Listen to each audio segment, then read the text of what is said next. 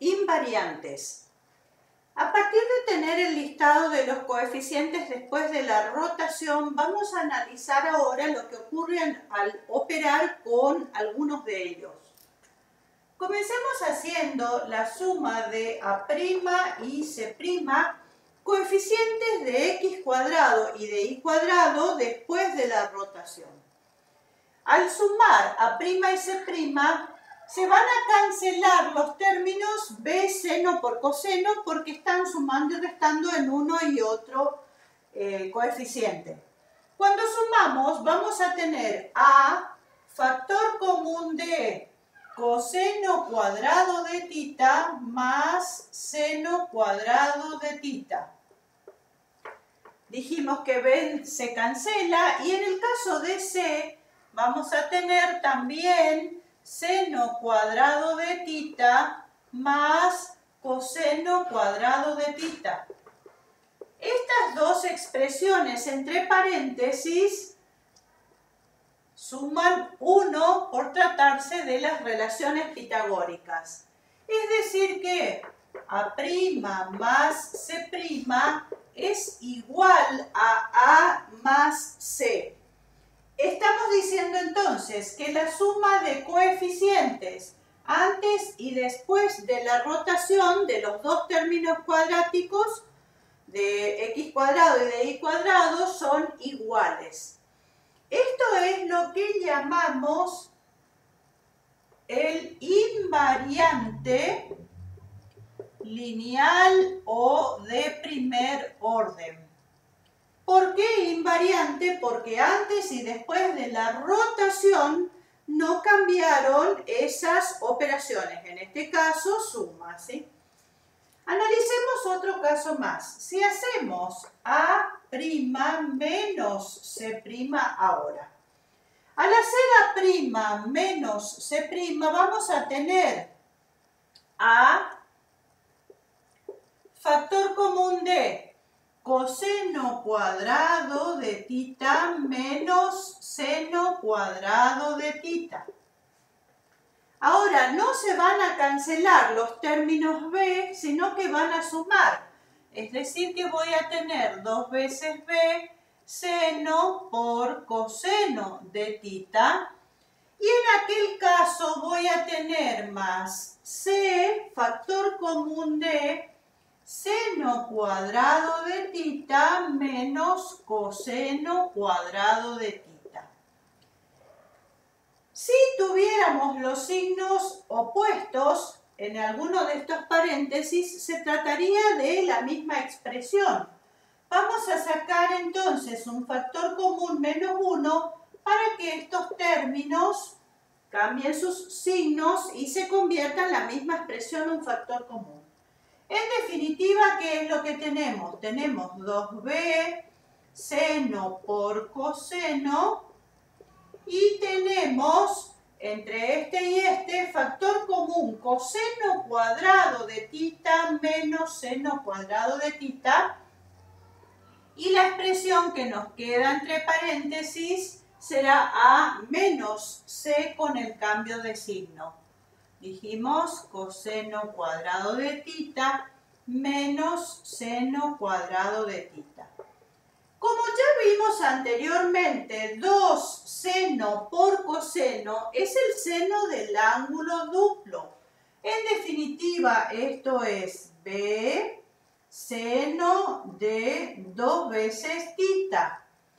Y coseno cuadrado de tita menos seno cuadrado de tita es el coseno del ángulo duplo. Luego, en esta expresión quedará A menos C coseno de 2 tita, ángulo duplo. Ahora, esto entonces es la expresión, lo escribo un poco más acá abajo, de A' menos C'. Vamos a considerar a esta diferencia que obtuvimos y el coeficiente b', que es b coseno de 2 tita menos a menos c seno de 2 tita. Lo que vamos a hacer es elevar al cuadrado ambos miembros y sumar miembro a miembro. de la diferencia y del coeficiente B'. Es decir, tengo A' menos C' cuadrado más B' cuadrado. Eso es lo que decimos que hay que hacer. Entonces, al elevar al cuadrado esta primera igualdad, vamos a tener en el segundo miembro el cuadrado de un binomio. Es entonces B cuadrado seno cuadrado de 2θ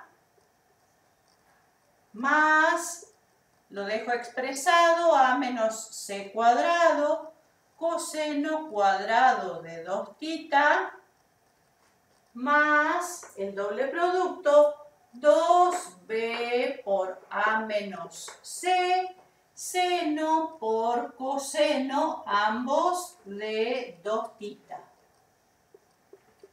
Ahí tengo el cuadrado de la diferencia. Le tengo que sumar el cuadrado de B'.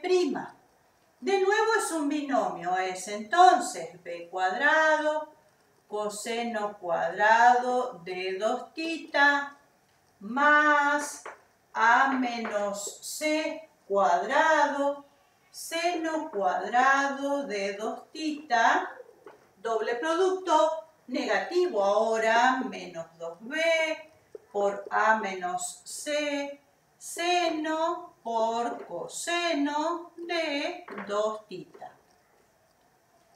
Estamos viendo que el doble producto es en ambos casos el mismo, solo que con signos opuestos, lo cual significa que se pueden cancelar. Analicemos lo que va quedando. Tengo b cuadrado en este término y en este, los puedo sacar como factor común. Entonces tengo por un lado seno cuadrado de 2θ más de este término coseno cuadrado de 2θ. Por otra parte tengo A menos C cuadrado, también un factor común entre los otros dos términos, y entre paréntesis nos va a quedar de este término coseno cuadrado de 2θ más, y de este otro, seno cuadrado de 2θ. En ambos paréntesis nosotros tenemos la suma de los cuadrados del seno y del coseno del mismo ángulo 2θ. Esto es en cada caso 1, con lo cual esta igualdad será con A menos C cuadrado, esta expresión, más B cuadrado. Observemos primer miembro y segundo. Antes y después de la rotación, entonces se vuelve a dar un invariante. Este invariante, como el otro anterior habíamos dicho, es lineal o de primer orden. Estaban todos lineales. No se trata de variables, pero se refiere a elevado a grado 1. En este caso ya empiezan a aparecer cuadrados. Entonces, este ya pasa a ser un invariante que ya no es lineal. Vamos a transformarlo un poquito más. Consideremos nuevamente el invariante lineal que recién trabajamos. Recordemos que era que A' más C' es igual a A más C. Lo que vamos a hacer con este invariante entonces es elevar al cuadrado a ambos miembros y restar miembro a miembro con estas expresiones que tenemos. Analicemos lo que queda. Primer miembro, voy desarrollando A' cuadrado más C' cuadrado menos 2A' más B' cuadrado. Le tengo que restar este desarrollo. Menos A' cuadrado, menos C' cuadrado, menos 2A' C'. El segundo miembro, como se trata de igualdades, nada más que sin prima, nos queda esto mismo, pero entonces, como recién decimos, sin prima todo el desarrollo. Es decir, a cuadrado más c cuadrado menos 2a por c más b cuadrado menos a cuadrado menos c cuadrado menos 2a por c. Entre los términos que aquí tenemos del primer miembro pueden cancelarse los cuadrados de a' y c', ya que suman y restan, e igual sucede en el segundo miembro con los cuadrados de a y de c. Vamos a ir escribiendo lo que queda. En el primer miembro quedó b' cuadrado y está dos veces este término, con lo cual será menos 4a'c'. Es igual a, segundo miembro, b cuadrado menos 4a por c. Esta es la forma que en general dejamos para el llamado invariante cuadrático o de segundo orden. Hay un tercer invariante que no vamos a hacer todo el desarrollo porque se trata de un determinante, pero tiene esta forma. 2a', b', 2c', d, e y 2f' es igual a 2a, b, ya vimos el nombre, lo borro, b, d, 2c, e, d, e y 2f. Este entonces es un tercer invariante que si desarrollo ya nos va a quedar el producto de 3 de los coeficientes en cada uno de los casos, con lo cual este tercer invariante, que aquí está, se llama invariante cúbico o de tercer orden. Uso de los invariantes. Vamos a analizar ahora en qué nos ayuda este tema de los invariantes a la hora de analizar las características, a la hora de ver las características de una ecuación completa que nos dan para que nos ayude a determinar de qué cónica se trata, encontrar su ecuación canónica y después de eso llegar hasta la parte geométrica, que es la parte gráfica. Todo lo anterior es algebraico. Por un lado vamos a tener, consideremos primero el invariante cuadrático. Dijimos b' cuadrado menos 4a'c' igual a b cuadrado menos 4ac. Invariante porque antes y después de la rotación nos queda la misma igualdad. No lo dije antes, pero esto es como más sencillo de recordar porque a su vez b cuadrado menos 4ac nos remite a lo que es la fórmula de la resolvente. Entonces uno la recuerda porque ya la tiene cuando trabaja esa fórmula para buscar raíces en una ecuación. Bueno, acá toda esta fórmula, toda esta expresión es válida para cualquier ángulo de rotación, incluso el ángulo particular que hace que b' sea igual a 0. Cuando b' es igual a 0 nos queda menos 4a'c' igual a b cuadrado menos 4ac.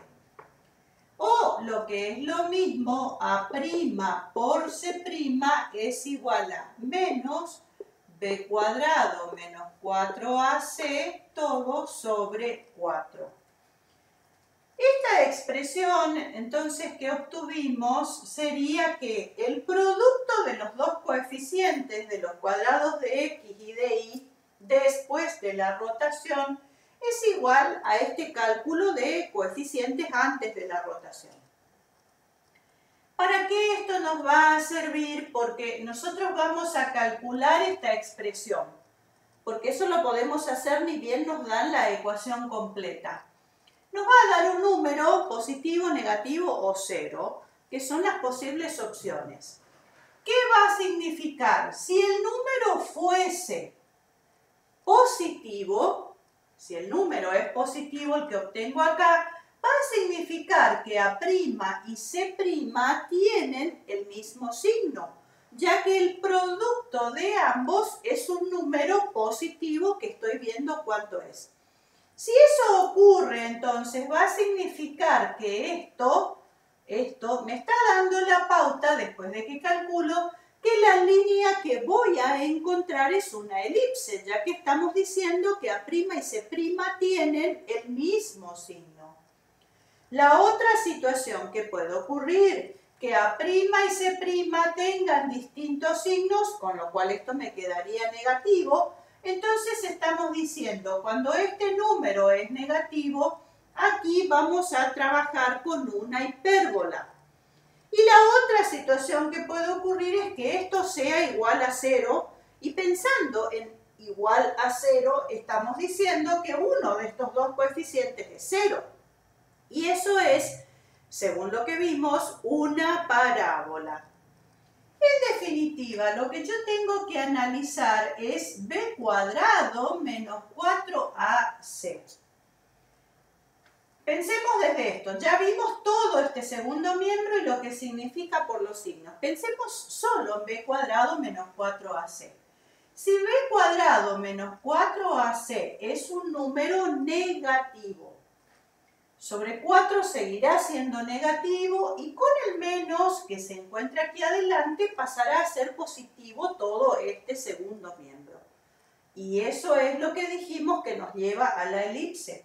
Es decir que, primera opción, si b cuadrado menos 4ac es negativo, entonces lo que estamos trabajando es una elipse. Si b cuadrado menos 4ac es ahora positivo, siendo positivo sobre 4 conserva ese signo y con el menos que está adelante queda todo el cálculo completo, un número negativo. Y esa es la opción en la que dijimos que se está trabajando con una hipérbola y esto entonces es lo que significa el cálculo. Tercera opción, que b cuadrado menos 4ac sea igual a 0, que es la única opción que dividido 4 me queda 0. Cuando eso ocurre, este producto es 0 y ya dijimos que eso va a significar que se trata de una parábola. Es decir que mediante ese invariante cuadrático puedo determinar cuál es el género de la cónica, decimos, es decir, de antemano saber si es elipse, hipérbola o parábola, según las condiciones y los signos que obtengamos en este cálculo. Continuemos con el uso de los invariantes para el análisis de la ecuación completa. Tenemos por un lado que A' más C' es igual a A más C, invariante lineal, dijimos. Y recién obtuvimos que A' por C' es igual a menos B cuadrado menos 4AC sobre 4. Si consideramos así juntas a estas dos igualdades, lo que estamos pensando entonces es en una ecuación de segundo grado con una incógnita en la que las dos raíces sean A' y C'. Recordemos que en una ecuación de segundo grado se puede llegar, a partir de las raíces, puedo llegar a armar la ecuación que corresponde. Z es el nombre que le voy a dar a esa incógnita. Tengo término cuadrático, z cuadrado. El término lineal va a tener como coeficiente a más c, cambiándole de signo, es decir, menos a más c por z, coeficiente del término lineal, y el término independiente será el producto de las dos raíces. Es decir, menos b cuadrado menos 4ac sobre 4 igual a 0. Si yo resuelvo esta ecuación, recordemos que esto es un número que puedo obtener inmediatamente a partir de la ecuación que nos dan al comienzo. Yo resuelvo la ecuación y voy a obtener las dos raíces, una de ellas z sub 1, la segunda raíz z sub 2. Las dos raíces que salen ya son a los coeficientes A' y C'. Es decir que si trabajo de esta forma, es mucho más rápida la obtención de esas dos raíces y a su vez los dos coeficientes A' y C', que todo ese trabajo que hicimos anteriormente de buscar la tangente, después el seno al coseno, después reemplazar para sacar A' y C'. Lo que no tengo son el resto de los cálculos, pero A' y C' puedo sacar rápidamente resolviendo esta ecuación. La cuestión es, a partir de resolver la ecuación obtengo las raíces, ¿cómo sabemos quién es A' y quién es C'?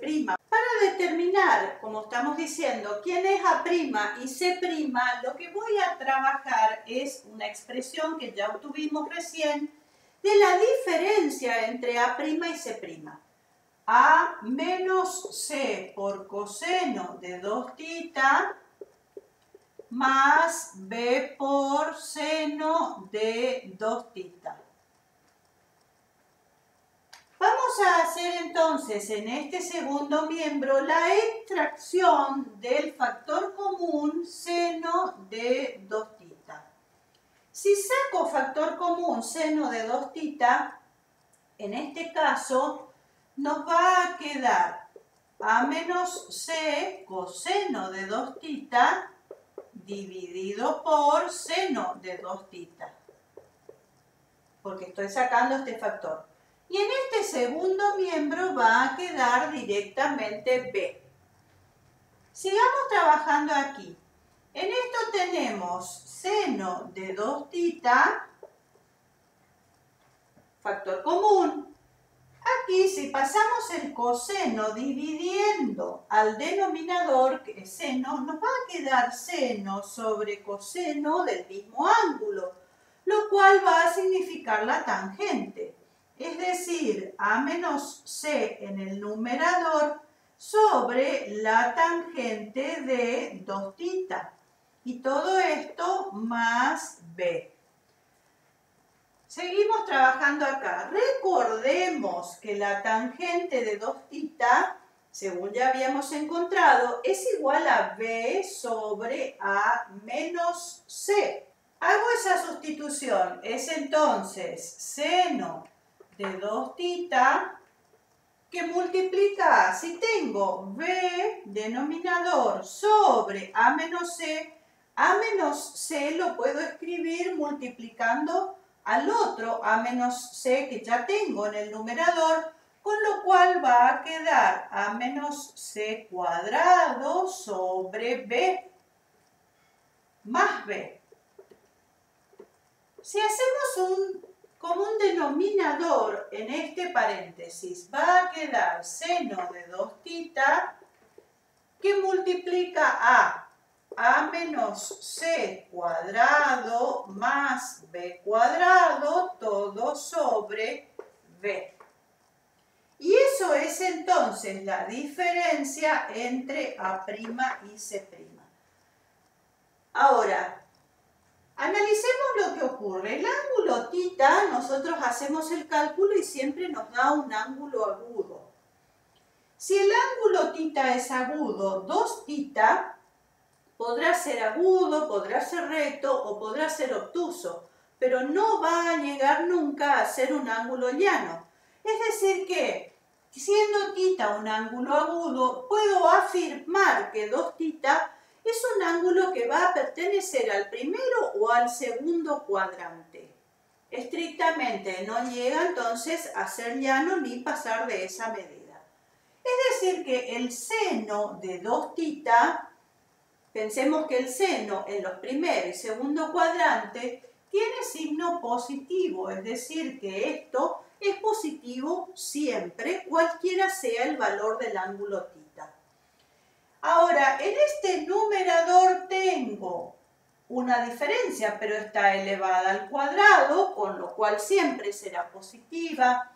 B cuadrado independiente de su signo también será siempre positivo y los estoy sumando.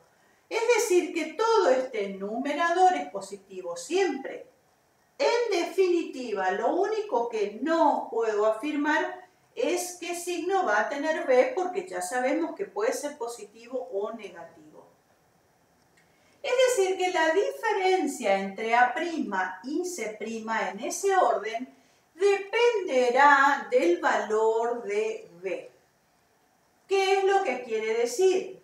Si B es positivo, entonces A' menos C' también será positivo. Esto es, si B es positivo, entonces A' tendrá que ser mayor que C'. Y entre las dos raíces que obtuve de la ecuación, z1 y z2, va a significar que la primera raíz es A' y la segunda raíz es C'.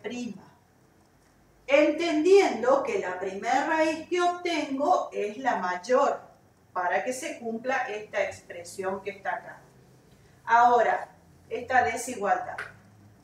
La otra posibilidad, que B sea negativo, y entonces esta diferencia tendrá A' menor que C', para que salga un número negativo. Con lo cual Z1 será, en este caso, C', y Z2 será A' en este caso. Siempre entendiendo que la primera raíz que obtengo de la resolvente, como hicimos hoy, va a ser entonces la mayor. Con esto yo ya puedo determinar los valores de A', C' y teniendo en cuenta el signo de B, quién de los dos entonces es una u otra raíz.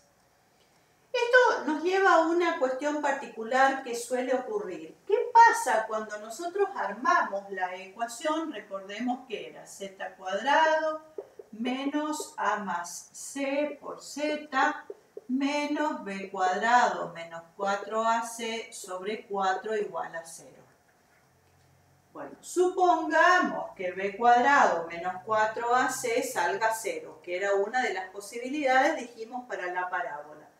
Si este término independiente se anula, nos va a quedar una expresión de este tipo. Supongamos, nada más a modo de ejemplo, que nos queda z cuadrado menos 3z igual a 0.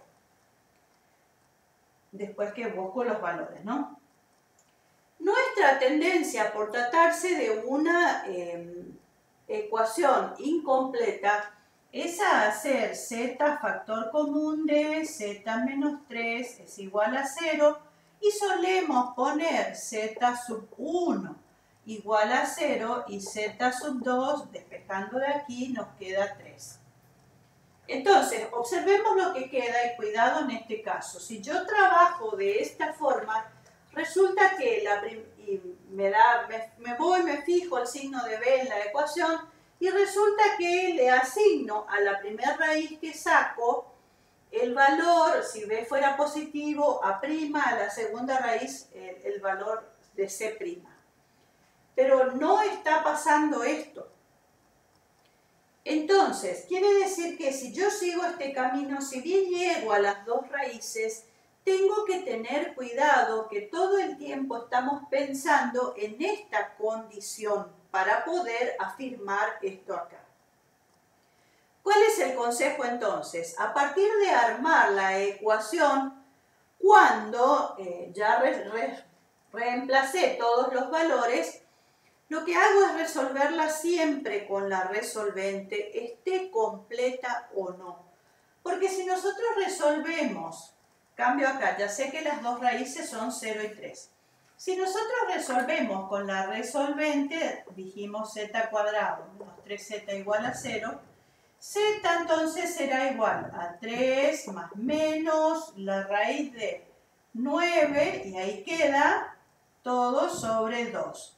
Entonces sacamos z sub 1 igual a 3 más 3, 6, sobre 2 es 3, y z sub 2, 3 menos 3 es 0, sobre 2 es 0. Con la resolvente, ocupando el más primero, ocupando el menos después, ya nos salen ordenadas las dos raíces, y ahí ya paso a fijarme el signo de b para determinar quién es A' y quién es C'. Completamos esto viendo el uso que tiene el determinante cúbico o de tercer orden. Cuando hacemos entonces el cálculo 2a, b, b, 2c, d, e, 2f, e, d, le voy a llamar delta al resultado que obtengo de este determinante. Recordemos que es un número. Este determinante, entonces, al resolver, va a darnos la pauta si la cónica es verdadera o degeneró en rectas. ¿Por qué? ¿Qué es lo que va a pasar? Puede ocurrir que delta nos dé distinto de 0. Si delta es distinto de 0, pueden pasar tres cosas: que b cuadrado menos 4ac sea mayor que 0, menor que 0 o que sea igual a 0, y recién ya vimos qué es lo que significa. El discriminante, vamos a decir que es este invariante de tercer orden distinto de 0, va a significar que la cónica es verdadera. Entonces, ¿qué significa la suma de información? Obtengo el determinante, me dio distinto de 0, hago este cálculo, no importa en qué orden, si esto primero o esto, tengo que juntar la información de las dos cosas, y acá puedo afirmar, si b cuadrado menos 4ac es mayor que 0, es una hipérbola verdadera. Si b cuadrado menos 4ac es menor que 0, es una elipse verdadera. O, si es igual a 0, una parábola verdadera. Por supuesto, lo otro que puede ocurrir es que resuelva el determinante y me dé igual a 0. Esto va a significar que la cónica degenera en rectas. Entonces, en ese caso, vuelvo a hacer el cálculo y pueden ocurrir nuevamente las mismas tres cosas.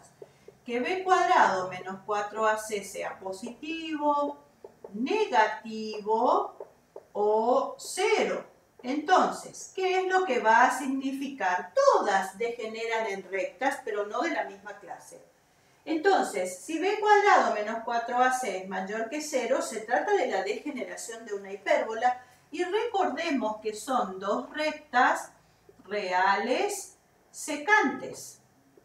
En eso degenera la hipérbola. Es decir, que desde el punto de vista algebraico, nosotros tenemos que buscar las ecuaciones de esas dos rectas, pero ya sabemos que tienen que ser reales y secantes.